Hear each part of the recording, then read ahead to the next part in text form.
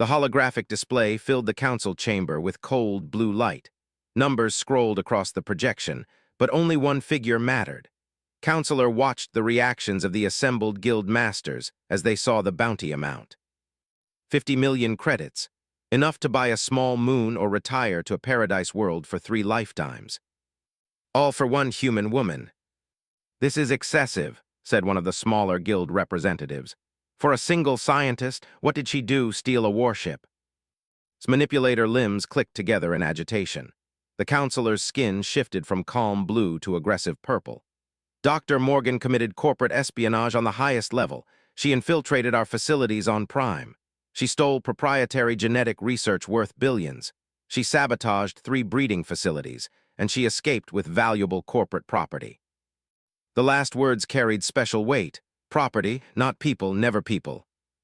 The council chamber murmured with interest. 50 million credits drew attention, but the real question hung in the air like smoke. Who could claim it? Captain stood at the back of the chamber, his massive frame making the other species look small. He had come to station for simple repairs. Instead, he found opportunity. His hunting team had worked together for 15 years. 15 years without a single failed contract. Politicians, criminals, escaped prisoners. They caught them all. One human scientist should be easy. Pushed through the crowd and approached the council platform. His 4 arms moved in the formal greeting gesture. "Counselor, the Crimson Talon accepts your contract." Turned his large eyes toward the hunter. "Captain, your reputation precedes you, but I must warn you this human is dangerous. She has already evaded 2 bounty hunter teams." "2 amateur teams," said. His voice came out in a deep rumble. "They tracked her ship's signatures. They used standard intercept patterns. They treated her like prey who would run in straight lines. I do not make such mistakes." "The contract is yours," said. "But I want proof. I want her body or I want her alive in chains. Either option pays the full amount." His mandibles spread in what might have been a smile. "You will have your proof within 1 standard week." 3 days later, Morgan sat in the cramped cockpit of the Dawn Runner and checked her fuel reserves again. The numbers had not improved since the last check. She had maybe 4 more jumps before the engines quit completely. 4 jumps would not get her to human space, not even close. She touched the bandage on her left arm and winced. The wound from 2 weeks ago had not healed properly. She needed medical attention. She needed supplies. She needed about 10 things she did not have. What she did have was a ship full of evidence, and 5 people in sleep who deserved to go home. Pulled up the data files on her secondary screen. Images filled the display. Cages, genetic modification chambers, sale records with prices listed next to species names. Sentient beings treated like livestock. The Commerce Guild had been doing this for decades, taking people from vulnerable worlds, changing their genetics to make them stronger, smarter, more obedient, selling them to the highest bidder. She had seen it with her own eyes 3 months ago. She had been invited to Prime as a consultant. They wanted her expertise in xenobiology. They told her they were working on beneficial modifications to help species adapt to new environments. They lied. The truth had been in Sublevel 7, 23 different species in containment. Most of them had been taken as children. They raised them, modified them, trained them, and sold them. All legal under commerce law because they classified the victims as enhanced products rather than people. Had documented everything. Then she had broken into the facilities and freed everyone she could carry. 5 people made it to her ship. 19 others had to be left behind. She still saw their faces when she closed her eyes. The ship's alarm pulled her from those dark thoughts. Someone had entered the debris field. Someone was scanning for her ship signature. Pulled up the sensor display. 1 ship, large, military-grade shields, hunter configuration. The transponder identified it as the Crimson Talon registered to a hunting company. Her fingers moved across the controls with practiced efficiency. 4 years in the Colonial Marines had taught her to stay calm when trouble arrived. She routed power from life support to the sensor dampeners. She adjusted her position to put a large piece of broken station between her ship and the hunters. She prepped the emergency system she had spent the last week installing. The communication panel blinked. They were hailing her. Considered ignoring it, but that would only delay the inevitable. She opened the channel. A face filled her screen. 4 eyes, mandibles that could crush steel, skin like armored plates, This was Captain. She had read about him during her research on bounty hunters. Elite hunter, former military, never failed a contract. Dr. Morgan said. His voice was surprisingly refined for someone who looked like he could tear a person apart. I am captain of the Crimson Talon. The Commerce Guild has posted a substantial bounty for your capture. You have committed serious crimes against their corporation. Surrender now and you will not be harmed. Almost laughed. Not be harmed. She would just be delivered to the people who sold sentient beings like property. The people who would either kill her or make her disappear into some dark facility where no one would ever find her. Captain, she said, her voice was steady. I appreciate the professional courtesy, but I cannot surrender. They are not the victims here. They are slavers. Everything they told you about me is a lie designed to hide their crimes. That is not my concern, said. I have a contract. You are the target. Your motivations are irrelevant. Then we have a problem, said. She checked her weapon systems. 1 plasma cannon, 2 missile pods, enough for maybe 1 good fight before everything ran dry. Because I am not going back to Prime, not alive. Studied her through the communication link. She could see him analyzing her, measuring her, deciding how much force would be required. You are 1 human in a damaged freighter, he said. I have 7 trained hunters on a fully armed combat vessel. You cannot win this confrontation. Allowed herself a small smile. It was the kind of smile that did not reach her eyes. The kind of smile that came from knowing something the other person did not. You are right, she said. I probably cannot win, but here is the thing about humans, Captain. We do not need to win. We just need to make sure you lose. She reached for the transmission controls. You should have sent more ships, she said. Then she cut the channel. On the Crimson Talon's crew gathered around the tactical display. They were laughing. The humans' bravado amused them. 1 small ship against their superior vessel. 1 scientist against 7 elite hunters. The largest of the hunters shook his massive head. She thinks she can fight us. Humans are known for many things, but intelligence is not among them. Did not laugh. He had hunted too many targets to take any of them lightly, but the facts were clear. They had superior firepower, superior numbers, superior positioning. This would be over quickly. Deploy the hunter drones, he ordered. Disable her engines. We will board and take her alive. The bounty pays the same either way, but alive is simpler. The crew moved to their stations. Hunter drones launched from the Crimson Talon's deployment bays. Small, fast, and armed with electromagnetic pulse weapons designed to disable ships without destroying them. Watched the drones approach on her sensors, 12 of them, moving in a standard encirclement pattern. They would hit her engines from multiple angles simultaneously, very professional, very predictable. She had been counting on predictable.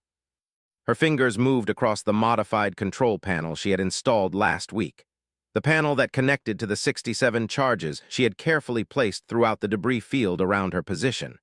Pieces of broken station, chunks of destroyed ships, all of them now concealed bombs waiting for the right moment.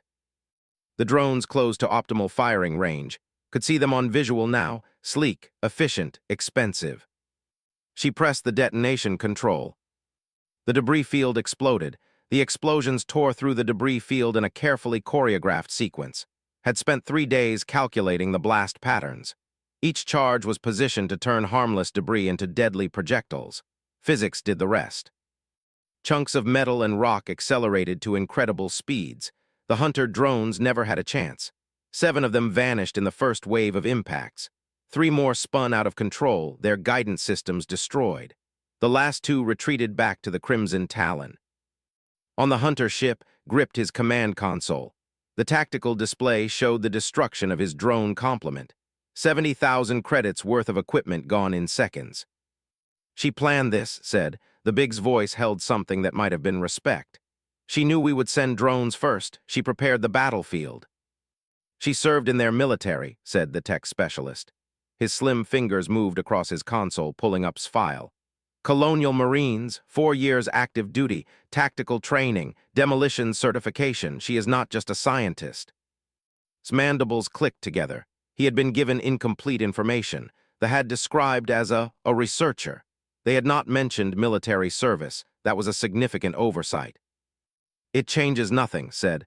We board her ship and take her by force, prep the assault team. 4 hunters moved to the armory. and Mox. Each stood over 7 feet tall. Each had trained for decades in close combat. They pulled on combat armor that could withstand small arms fire. They checked weapons that could punch through reinforced doors. Watched them prepare through her hacked connection to the Crimson Talon's external cameras. She had planted a surveillance drone during her initial scans. It clung to their hull like a mechanical tick, feeding her information.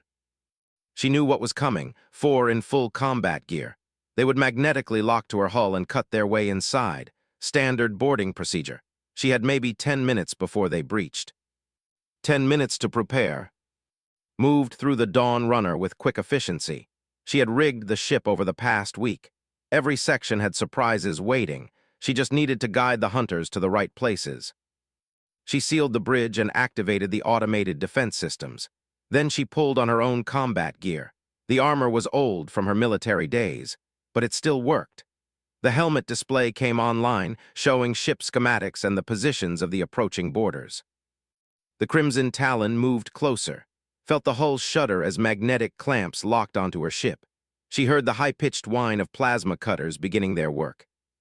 4 minutes later, the hull breach alarm sounded. They were inside. Watched them on her internal cameras. They moved in a diamond formation through the cargo bay, professional, cautious. Their weapons swept every corner. They were looking for traps. They would find them soon enough. The cargo bay appeared empty except for a dozen standard shipping containers. They spread out, checking each container methodically. Approached the largest container in the center of the bay. Pressed a button on her remote control. The containers exploded outward, not with fire or shrapnel. They were spring-loaded, designed to release their contents with tremendous force. In gravity, they would have just fallen over. In zero gravity, they became projectiles. Hundreds of metal components shot across the cargo bay. Ball bearings, structural rods, pieces of machinery, all of them moving at high speed in every direction. Took the worst of it. A metal rod punched through his armor and into his chest. He died before his body hit the far wall, caught dozens of ball bearings across his legs and arms. His armor held, but the impacts threw him spinning. And Mox activated their magnetic boots and anchored to the deck. The debris cloud passed over them. His voice came through the communications channel, angry now. First blood to the human, but this only makes us more determined. His voice responded through the ship's intercom. First rule of hunting, Captain, know your environment. This is my ship. Every corridor, every room, I know them all. And we will take them from you one by one, replied. Smiled inside her helmet. You are welcome to try. The 3 remaining regrouped. Was injured but mobile. They moved forward, leaving his body floating in the cargo bay. The next section was the crew quarters, a narrow corridor with 6 doors leading to small sleeping chambers. Signaled for the team to split up. He and Mox would take the left side, would cover the right. They moved forward, weapons ready. Had rigged the corridor with redundant systems. The first trap activated when reached the halfway point. The doors on both sides slammed open and emergency foam spray activated. The foam was designed for hull breach containment. It expanded rapidly, filling space with a substance that hardened in seconds. They were too fast. They saw the danger and dodged back. Only got caught, his left arm covered in rapidly hardening foam. He tore free, leaving chunks of armor behind. But the foam served its purpose. It filled the corridor, blocking their direct path. Go through the doors, ordered. We clear each room and advance. They entered the crew quarters, small spaces. Personal belongings still scattered from hasty departure weeks ago. They moved carefully, knowing each room could hide danger. Mox entered the 3rd chamber. He scanned the small space. A bed, a locker, a personal terminal, nothing seemed threatening. Then the locker exploded. Had rigged it with a mining charge packed with scrap metal. In the confined space, the explosion was devastating. Mox's armor cracked. His body was thrown into the wall hard enough to dent the metal. He did not get up. 2 down, 2 injured, 2 still combat effective. Pulled back to a defensive position. Captain, he said into his communicator, we need support. The human has turned this ship into a death trap. On the Crimson Talon, listened to his team's reports. 2 dead, 2 injured, 1 human. The math should not work out this way, but clearly it did. The 2 trackers said to send them in. They can use the ventilation systems, small spaces, different approach. They were built for infiltration. Lean, flexible, enhanced senses. They entered the Dawn Runner through the breach and immediately moved to the ventilation shafts. Their names were and they had hunted together for a decade. Picked up their thermal signatures moving through the ducts. She had been waiting for this. The ventilation system was the obvious alternative route. She had prepared accordingly. She triggered the atmospheric controls. The vents filled with coolant gas from the ship's refrigeration systems.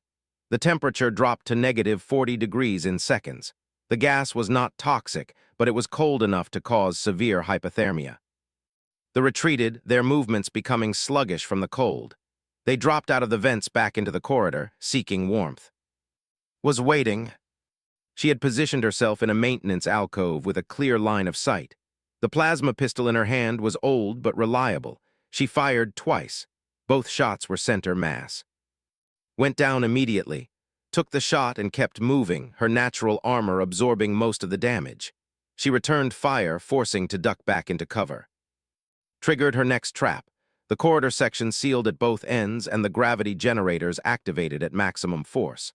Sudden 3G acceleration slammed everything downward. Built for agility in normal gravity, could not handle the crushing force. She collapsed. Deactivated the gravity and moved forward quickly. She checked both, was dead, was unconscious and badly injured. 5 down. Shoulder throbbed where she had been shot weeks ago. The exertion was opening the wound again. She could feel blood seeping into her armor. She needed to end this soon. And had reached the engineering section. They moved carefully, knowing could be anywhere. The engine room was large compared to the rest of the ship. Machinery filled most of the space, plenty of places to hide.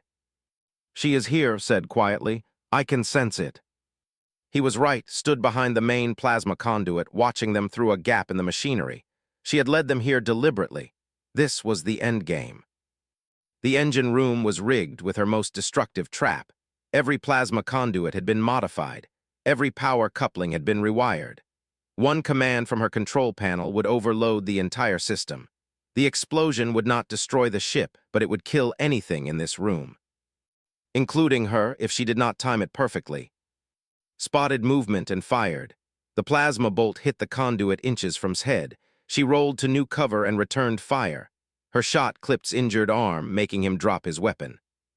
"Come out," Human called. "You fought well, but this ends now. Surrender and I promise you quick death." "That is the best offer you have?" asked. "Quick death? You must be terrible at negotiations." She triggered the engine overload sequence. Warning lights flashed throughout the room. A computer voice began counting down from 60 seconds. Understood immediately. Blast everyone out now. Watch them run. She counted to 30, then activated the emergency bulkheads. The heavy doors slammed shut, sealing and in the engine room with the overloading reactor. She ran for the escape pod access corridor. Her lungs burned, her shoulders screamed, but she ran anyway. Behind her and fought against the bulkhead doors. Their combined strength was impressive. They bent the metal. They created a gap, but it was not wide enough to escape through. Not in time. Reached the escape pod and sealed herself inside. She punched the launch button. The pod shot away from the Dawn Runner just as the engines reached critical mass. The explosion was beautiful and terrible. The Dawn Runner came apart in a ball of plasma fire. The blast wave hits pod and sent it spinning into the debris field. On the Crimson Talon watched his tactical display. The Dawn Runner was gone. His entire boarding team was gone. 7 elite hunters, dead or dying, all killed by one human woman. He had hunted for 30 years. He had never lost an entire team, not once. And then he saw the pod emergency beacons activating, had ejected them before the explosion. They were broadcasting toward human space. The evidence, the rescued victims, all of it heading to safety. His pod crashed into a large piece of debris and came to rest against what looked like an ancient mining station. Half the station had been torn away, but the other half still had atmosphere, still had power in some sections. Pulled herself from the damaged pod and collapsed on the station deck. Blood ran from her shoulder wound. Her armor was cracked. Her supplies were minimal. But she was alive, and the people she saved were going home, woke to the sound of metal groaning. The derelict station was old, maybe 200 years. It had been a mining facility once, built to extract rare elements from the asteroid field. Now it was just a shell, slowly breaking apart in the cold dark of space. She checked her suit status. Oxygen at 40%, power at 30, not good. Her shoulder wound had stopped bleeding, but only because the suit's emergency medical system had flooded it with coagulant foam. The pain was still there, sharp and constant. She pulled herself up and looked around. The section she had landed in was a cargo staging area, large enough for small ships to dock and transfer ore. Most of the equipment was still here, abandoned when the station was evacuated. Conveyor systems, sorting machines, crates full of who knows what. Her tactical display showed the Crimson Talon approaching. They would board the station.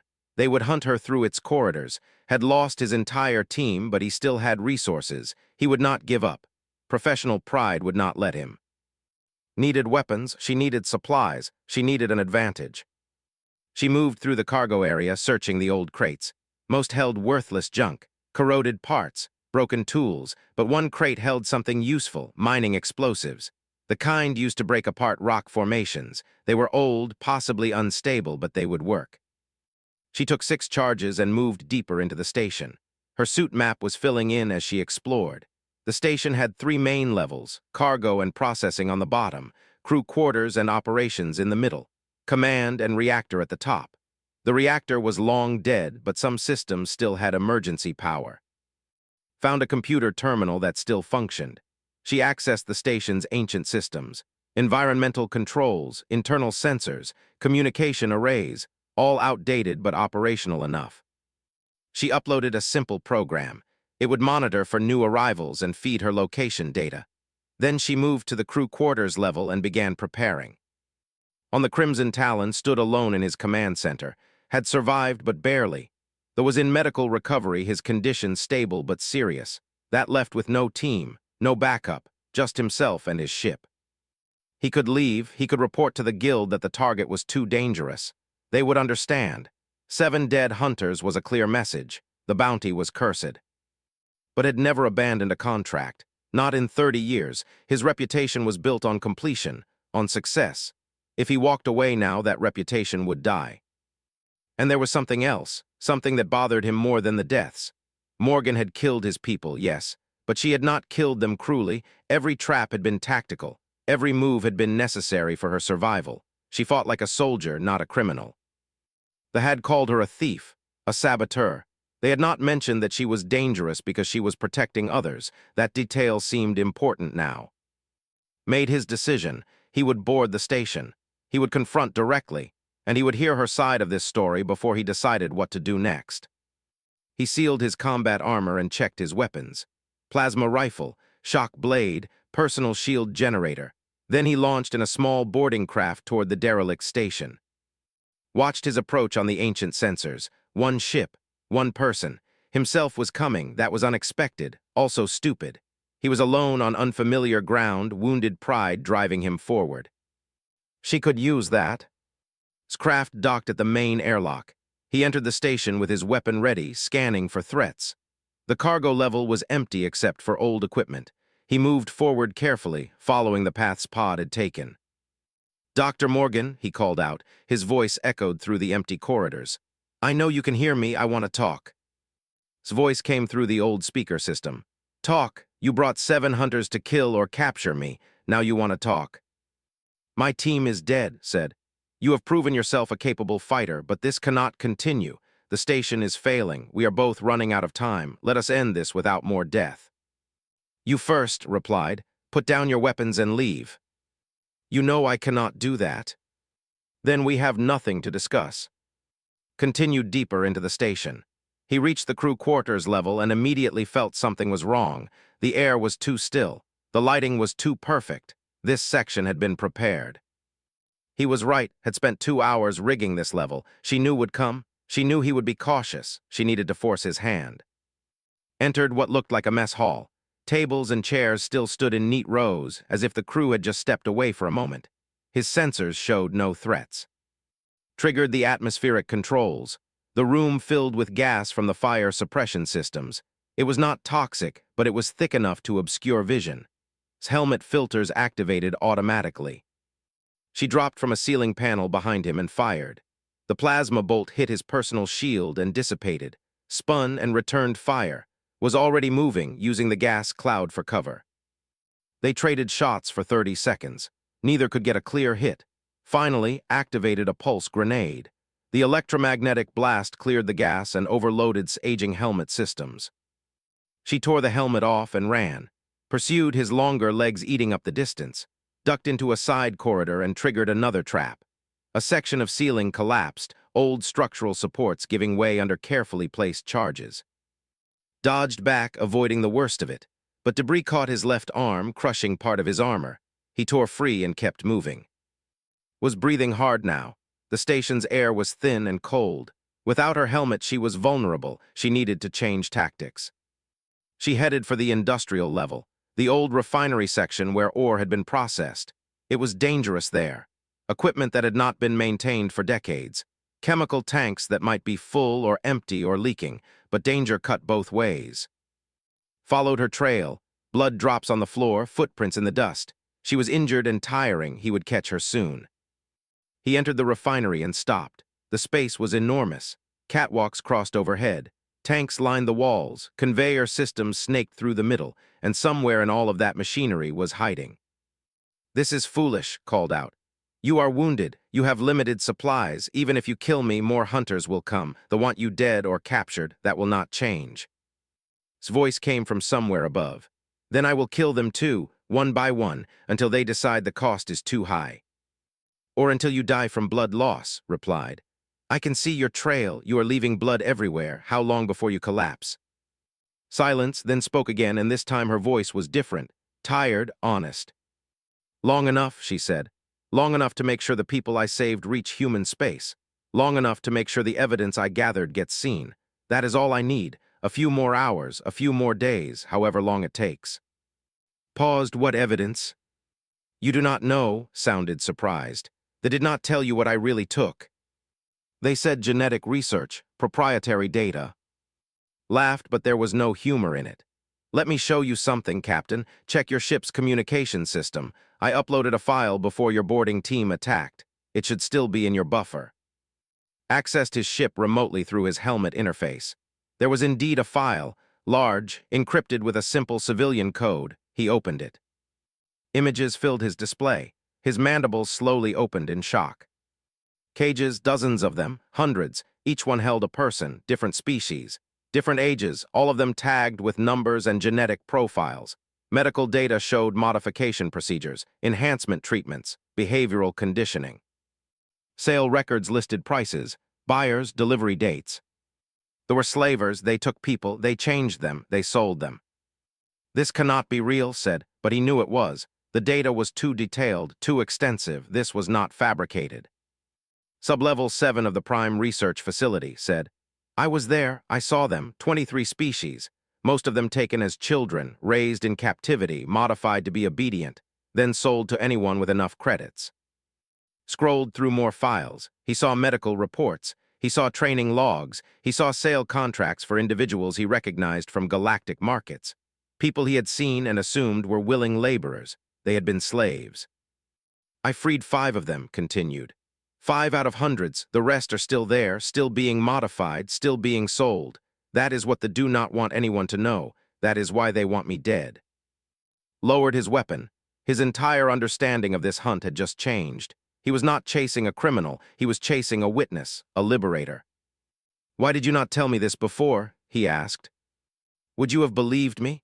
You are a hunter. You had a contract, my word against a galactic corporation. They have money, influence, legal protection. I have nothing except this evidence and 5 people who deserve to go home." Stood in the refinery, his weapon hanging loose in his hands. 30 years of hunting. 30 years of tracking targets and delivering them to whoever paid. He had never questioned his contracts before. The job was the job. Personal feelings did not matter. But this mattered. Emerged from behind a chemical tank 20 meters away. She held a plasma pistol aimed at, but her arm was shaking. Blood had soaked through her armor at the shoulder. Her face was pale. "So now you know," she said. "What are you going to do about it?" Looked at her, then at his weapon. Then at the files still displayed on his helmet interface. Images of children in cages, sale records, modification procedures. He made his choice. Kept her weapon trained on, her vision was getting blurry around the edges. Blood loss, exhaustion, maybe both. She did not lower the pistol. "Help me," she asked. "2 minutes ago you were hunting me, now you want to help. What changed?" Gestured at his helmet display, still showing the images from files. "This changed. I am a hunter, not a slaver. I do not work for people who cage children and sell them like animals. You worked for them until 30 seconds ago. Because I did not know what they were, now I do." His arm trembled, the weapon felt heavy, everything felt heavy. "Give me one reason to trust you." Slowly reached up and removed his helmet. It was a gesture of vulnerability. His head was unprotected now. If wanted to kill him, this was her chance. "I have no reason except my word," he said. "I spent 30 years hunting targets. I never questioned the contracts. I took the money and did the job, but I have limits. Everyone has limits. This is mine." Studied his face. Features were hard to read, but she had learned during her military service. The set of his mandibles, the position of his eyes. He was telling the truth, or at least he believed he was. She lowered her weapon, not all the way, just enough. "If you really want to help," she said, "I need medical attention. I need to get off this station. And I need that evidence to reach human authorities. The pods with your rescued people are already broadcasting toward human space," said. "My ship's sensors track them. They will reach a patrol route within 2 days." Some of the tension left his shoulders. The 5 people she saved would make it home. That was something. That was worth all of this. "What about the evidence?" she asked. "I downloaded everything from your file. It is stored on the Crimson Talon's secure systems. I can transmit it anywhere you want. Human authorities, galactic news networks, every independent journalist you can find, make it public, make it impossible for them to hide." Nodded, "Consider it done. But first we need to get you to my ship's medical bay. You are going to bleed out if we do not treat that wound." Looked down at her shoulder. The armor was completely soaked through now. She could feel herself getting weaker.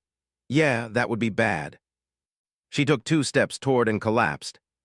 The captain caught her before she hit the floor. For someone built like a tank, he moved surprisingly fast. He checked her wound quickly and efficiently. The bleeding had slowed but not stopped. She needed real medical care. Lifted carefully and started moving toward his docking point. The station groaned around them. Structural supports were failing. The whole facility was coming apart piece by piece. "Stay awake," said. "Talk to me, tell me about the people you saved." His eyes were half closed, but she responded. 5 of them. A girl maybe 10 years old, 2 brothers, teenagers, a mother who had been taken 20 years ago, and an elderly who remembered his home world. "You risked your life for strangers." "They were not strangers, they were people, that is enough." Carried her through the crew quarters level. The station shuddered violently. Somewhere below, an explosion echoed through the empty corridors. The reactor might be dead, but other systems were failing catastrophically. "We need to move faster," said. He broke into a run, his powerful legs covering ground quickly even while carrying weight. They reached the airlock where his boarding craft was docked, placed in the small ship's passenger seat and strapped her in. Then he sealed the airlock and launched immediately. The station was breaking apart behind them. Large sections tore free and drifted into the debris field. The ancient structure could not hold together any longer. Piloted the craft back to the Crimson Talon and docked quickly. He carried to the medical bay and placed her on the surgical table. The ship's medical AI activated, scanners analyzing her condition. "Significant blood loss," the AI reported in a calm voice. "Shoulder wound infection present. Recommend immediate surgery and regeneration treatment." "Do it," said. He stepped back and let the automated systems work. Mechanical arms descended from the ceiling. Surgical tools gleamed under bright lights. Within seconds, the AI was repairing damaged shoulder. Moved to the command center. He accessed the communication systems and began uploading files. Human military channels, galactic council networks, news organizations across 20 different species. He sent the evidence everywhere. Then he composed a simple message to the Commerce Guild. "The human is dead, contract fulfilled." He did not send it yet. First, he needed to make sure survived. 2 hours later, the medical AI signaled completion. Shoulder had been repaired, the infection was eliminated. Regeneration treatment had started healing the tissue. She would have a scar, but she would live. Woke slowly.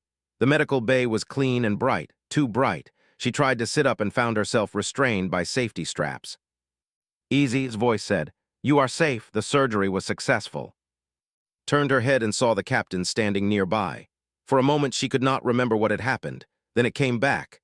The station, the refinery, dropping his weapon. "You really did help me," she said. "I gave my word." Looked around the medical bay. This was a hunter ship. She had seen dozens of reports about the Crimson Talon. Ships like this one had terrorized fugitives across the galaxy, and now she was aboard one, being healed instead of imprisoned.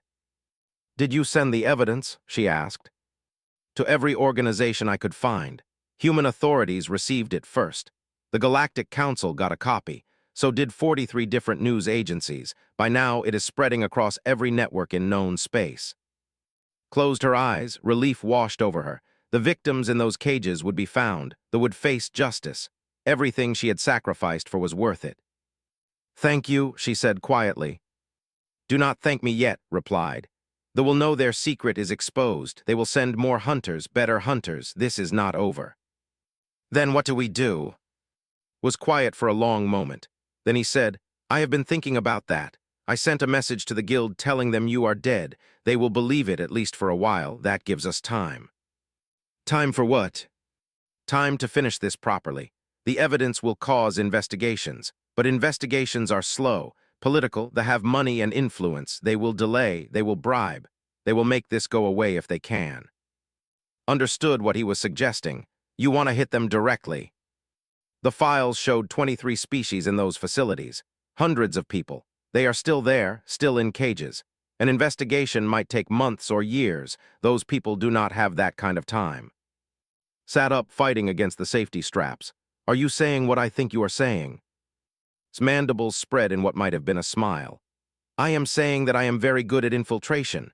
I spent 30 years hunting people. I know how to get into secure facilities. I know how to bypass security systems. And you know the layout of the Prime Research Complex." "That is insane," said. "It is the most heavily guarded facility in space. Even if we got inside, we could not get hundreds of people out." "Not we," said. "I have contacts, other hunters who will work for the right cause, and you freed 5 people from that facility once before. You know it can be done." Thought about the 19 people she had left behind. The faces she still saw when she closed her eyes. The children who had known nothing except cages and medical procedures. She thought about them waiting for rescue that might never come. "When do we leave?" she asked. Accessed his navigation console. "The Crimson Talon can reach Prime in 4 days, but we need to plan carefully. One mistake and we both end up in those cages." Over the next hours, they worked together, described the facility layout from memory, analyzed security patterns and identified weaknesses. They built a plan, step by step. It was risky, probably suicidal, but it was also the right thing to do.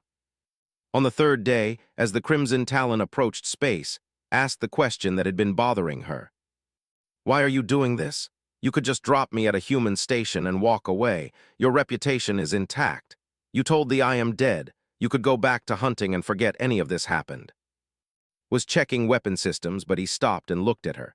"You asked me earlier why I changed my mind. The truth is I did not change. I saw clearly for the first time. I spent 30 years hunting people for money. Some of them were criminals, some were not. I never asked which. I just did the job." He gestured at the files still displayed on his console, the images of cages and sale records. "You made me look at what I was really doing, made me question who I worked for. That is not something you forget. And now that I know, I cannot go back to pretending I do not." Nodded slowly. "So this is about redemption. This is about doing what should have been done years ago.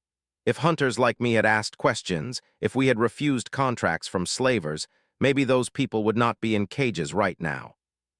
You cannot blame yourself for things you did not know about." "No," agreed, "but I can do something about it now that I do know." The Crimson Talon entered orbit around Prime on the 4th day. The planet was beautiful from space. Blue oceans, green continents, gleaming cities, it looked peaceful. "Knew better. Somewhere below, in a facility hidden beneath one of those gleaming cities, hundreds of people waited in cages. Reddy asked. Checked her equipment. New armor courtesy of the Crimson Talon's supply bay. Weapons, medical supplies, everything she would need. Ready, she said. 3 weeks after the Crimson Talon left Prime, a human patrol ship named the Vancouver received a distress beacon. The signal came from deep space, far from any established routes. Lieutenant Greg Hayes led the boarding team to investigate. They found the Hunter ship drifting. Power was minimal. Life support was running on emergency reserves, but the ship was intact, not damaged, not attacked, just empty. Scan for survivors, Greg ordered. His team spread through the Crimson Talon, weapons ready. They found no bodies, no signs of struggle, just an empty ship floating in the dark. Greg reached the command center. The main console was still active, showing a flashing icon that indicated a message was waiting. He accessed it carefully, ready for anything. A video file opened. Morgan's face appeared on the screen. She looked tired but alive, healthy. The background showed what appeared to be a medical bay. If you are watching this, you are probably human military, said. My name is Dr. Morgan. 3 weeks ago, I exposed the Commerce Guild's slave operation. The evidence I gathered has already been transmitted to your authorities. This ship contains additional proof, including the complete contract history of the Crimson Talon Hunter team. She paused, choosing her words carefully. The captain of this vessel started as my enemy. He was hired to kill or capture me. But when he learned the truth about what they were really doing, he changed sides. He helped me escape. He helped me spread the evidence. And then he helped me do something that probably sounds crazy. Smiled slightly. We went back to Prime. We infiltrated the research facility. And we freed every single person they were holding captive, all 147 of them. They are safe now, heading home to their families and their worlds. Greg paused the video and looked at his second officer, Lieutenant Amy Cooper. Did she just say they freed 147 people from the most secure facility in space? That is what she said, sir. Greg resumed the playback. Continued, the hunting clans have disavowed Captain for breaking his contract. The Guild has put a massive bounty on both of us, so we cannot exactly return to normal life. But we found a new purpose. There are other operations like the other slavers, other criminals who prey on the innocent. Someone needs to hunt them. She leaned closer to the camera. This ship is a gift to human authorities. Everything you need to know about the Crimson Talon's past contracts is in the database. Use it. Find the other victims. Help them. As for Captain and myself, we have work to do. Do not try to find us. We will contact you when we have something worth sharing. The video ended. Greg stood in the empty command center trying to process what he had just heard. A human scientist and a hunter captain working together to fight slavery across the galaxy. It sounded like something from a story. But the evidence was real, the ship was real, and the database contained exactly what it promised. Decades of contracts, names, locations, proof of crimes that would take years to investigate properly. On Earth, 2 days later, this video was broadcast across every major network. The Galactic Council was forced to respond. The Commerce Guild was officially suspended from all council activities pending investigation. Multiple species came forward with stories of missing citizens. The evidence was overwhelming. Counselor was arrested trying to flee space. When questioned, he insisted that everything his guild had done was legal under law. The investigators were not impressed. Slavery was illegal under Galactic Council law, regardless of local regulations. The research facility on Prime was raided by a joint task force. They found it exactly as had described. Cages, medical equipment, genetic modification chambers, empty now, but the evidence of what had been done there was clear. Chemical traces, computer records, everything needed to prove the crimes. The 147 freed captives were being processed through rehabilitation centers across the galaxy. Most were being reunited with families they had not seen in years or decades. The youngest, a girl named, had been only 3 when she was taken. She was 13 now and had no memory of her home world, but her parents had never stopped looking for her. The 5 people had initially saved were among the first to testify. They described the conditions in the facility, the experiments, the training designed to make them obedient, the sales where they were displayed like products. Human Ambassador Price stood before the Galactic Council and presented the full case. She held nothing back. The images, the records, the testimony. When she finished, the chamber was silent. The Commerce Guild committed atrocities, said. But they did not act alone. We have evidence of buyers from 17 different species, corporations that used enslaved labor, private individuals who purchased people like property. All of them must answer for their crimes. The council voted unanimously to pursue full prosecution. It was the first time in 50 years that all members agreed on anything. Far from the council chambers, in a small ship moving through uncharted space, and reviewed their next target. A trafficking operation based in the Outer Rim, smaller than the Guild but just as cruel. They had been selling children to labor camps in lawless systems. "How many captives?" asked. Checked his intelligence reports. Estimated 30 to 40, mostly young. The operation moves every few months to avoid detection. Can we reach them before they move again? If we leave now, yes. Looked at the tactical display. The target facility was heavily defended. Guards, automated weapons, security systems. A direct assault would be suicide. They would need to be smart about this. "We will need help," she said. Nodded. "I have been in contact with some old associates, hunters who are willing to work for causes instead of credits. 3 of them agreed to join us." "Can we trust them?" "As much as we can trust anyone. They saw what you did, what we did. Some hunters are tired of working for criminals. They want to do something that matters." Over the next week, the small team assembled. 3 hunters joined the mission. A named, the same one who had survived the Dawn Runner's destruction, a tracker called, and a human former Marine named Danny Carter who had left military service to hunt pirates. They were an unlikely group, but they shared a common goal. The trafficking operation was based on a remote station in the Outer Rim, and her team approached carefully, using stealth systems to avoid detection. They docked at a maintenance port and entered through the service tunnels. The facility was smaller than the complex, but it was still heavily secured. Led the team through the corridors, using her knowledge of station layouts to navigate. They reached the holding area and found the captives exactly where the intelligence had indicated. 42 children from 6 different species. Most of them were terrified. Some were too broken to even react when the doors opened. "We are here to help," said softly. "We are getting you out of here." The extraction took 30 minutes. The team moved the children to their ship while and dealt with the guards. No killing. Had been clear about that rule. They were not executioners. They were liberators. The station's alarm finally activated as they reached their ship. Security forces poured into the corridor, sealed the airlock, and the ship launched immediately. Behind them, the traffickers scrambled to respond, but the rescue ship was faster. Within minutes, they had jumped to faster-than-light travel and disappeared. The freed children were delivered to a human refugee center 2 days later. Medical teams were waiting. Social workers, translators, everything needed to help traumatized victims begin healing. Watched from the ship as the children were led to safety. 42 more lives saved, 42 more people going home. "This is just the beginning," said. He stood beside her, looking at the refugee center. "There are hundreds of operations like this, maybe thousands. We cannot save them all." "No," agreed, "but we can save some, and some is better than none." Word of their activities spread quickly. The media called them vigilantes, heroes, criminals, depending on who was telling the story. The Galactic Council officially condemned their methods. Unofficially, several council members provided intelligence on trafficking operations that needed attention.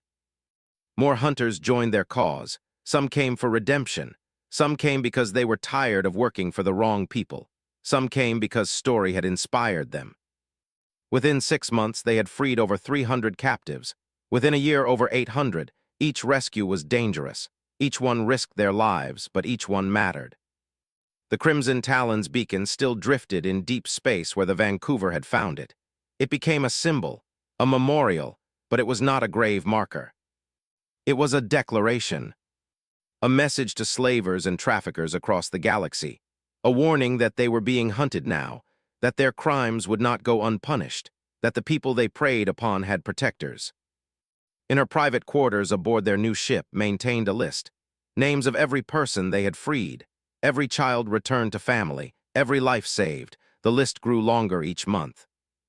Beside it was another list. The names of its original team had survived, but the others had not. Mocks. They had been enemies, but believed everyone deserved to be remembered. A message arrived on the secure channel, encrypted, from an anonymous source, decoded it and found coordinates, a name, and a simple phrase. This one deserves a real hunter. She brought the message to in the command center. He read it and looked at her with his 4 eyes. Someone is asking for our help, he said. Or testing us, replied. Could be a trap. Could be another facility full of captives. They looked at each other. The risk was real. They could die on any of these missions. They had almost died several times already, but the work mattered. Check with and the others said, if they are willing, we investigate. Sent the message. Within an hour, all team members confirmed they were in. The ship set course for the coordinates, returned to her quarters, and added one more note to her journal. We started as hunter and prey. We became allies. Now we are something else, protectors, liberators, whatever the galaxy wants to call us. We hunt the hunters now, and we will not stop until every cage is empty. She closed the journal and prepared for the next mission. Somewhere out there, people were waiting in the dark, waiting for rescue, waiting for hope. And her team would find them. Because sometimes the prey fights back, and sometimes the hunter learns that the greatest prey worth pursuing is justice itself. The Crimson Talon's beacon drifted on, silent and empty, but it was not alone anymore.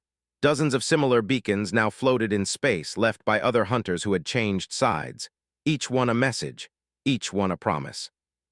The hunt had changed. The prey were no longer running. They were fighting back, and they had some of the galaxy's best hunters on their side. Let the slavers and traffickers fear the dark now. Let them wonder when Morgan and Captain would find them. Let them understand what it felt like to be hunted. Because the hunt was coming, and this time the hunters fought for something more valuable than credits. They fought for the innocent. They fought for the voiceless. They fought because someone had to. And they would not stop until every last one of them was free.